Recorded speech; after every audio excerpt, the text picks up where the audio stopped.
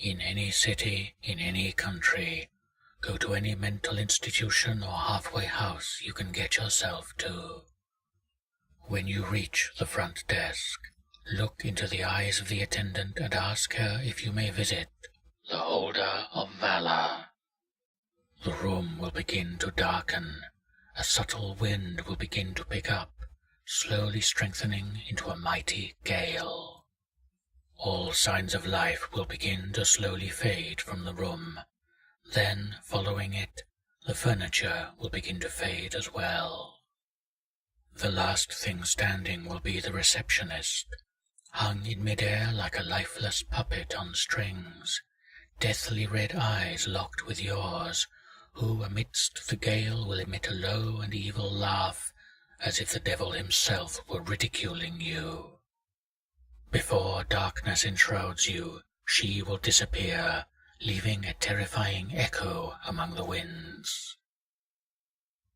As the shroud of darkness dissipates before you, an ancient and long, winding old stone road will begin to materialize. The laws of physics will appear skewed, but do not mind. Flames will leap from the darkness beyond the road, faces ever-changing inscribed in the hearts of the fires, screaming their final desperate messages as they descend into nothingness. As the road waxes and wanes around the edges of reality, a cool silvery mist will descend upon the path. Thoughts of despair will cloud your mind, suffocating feelings of joy and rendering thoughts of hope futile. You will see the world burn before you, your loved ones murdered by their hands. None will survive, no matter how courageous they seem to be. Only those brave enough to withdraw themselves from these imaginations will bear the willpower to continue along the cursed road, for many souls have cast themselves to the flames bordering the nothingness in an attempt to free their tainted mind. As you travel farther into the void, it will become increasingly difficult to walk correctly. Even if you trip and fall along the dreaded road, do not fear and begin to trek on once more, or you will become consumed by the void growing around you. If your resolve remains untouched, your soul unkempt from the horrors of the mist, and if you keep your body moving forward, then a hooded figure will appear before you, gazing in your opposite direction. It will steal a glance from you beneath its hood, and begin to quickly enter the labyrinth of roads before you. Though your body may not be able to bear the weight of the thickening mist, you must urge it to continue at a faster pace to remain behind the figure, or it will lose you in the labyrinth, only to gaze upon your body and laugh in amusement as the beasts of the void consume your essence before it. Only by strengthening your determination will you catch up with the hooded figure.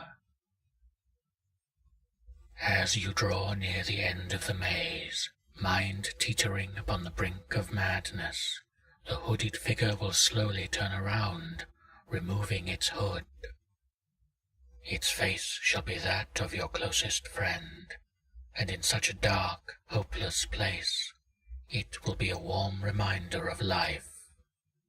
As you approach the figure, the face will begin to grow more pale, smile vanishing into an emotion of wicked nature. As you approach the figure, your body will begin to slowly lose the dwindling energy that it had hours ago, and you will find yourself at the mercy of the figure before you. Your friend will emit a low laugh, weakening your spirits to the point of collapse.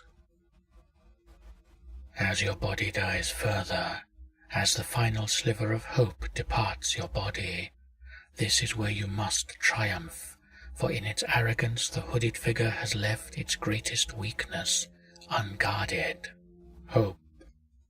Only those with the strongest valor can hope of overcoming the looming figure, For if you cower before it, no mercy shall be spared for you, and your soul will join those in the flames.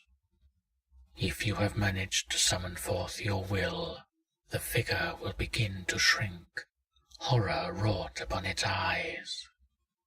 Its very flesh will begin to melt away until only its dark yet glimmering cloak remains. Don your enemy's final remains. They should fit just fine. The cloak you bear upon your shoulders is Object 235 or 538. Among the dark and troubled times, despair and hate reign supreme. As long as you wear the cloak, they will part in your presence. Their downfall is at hand.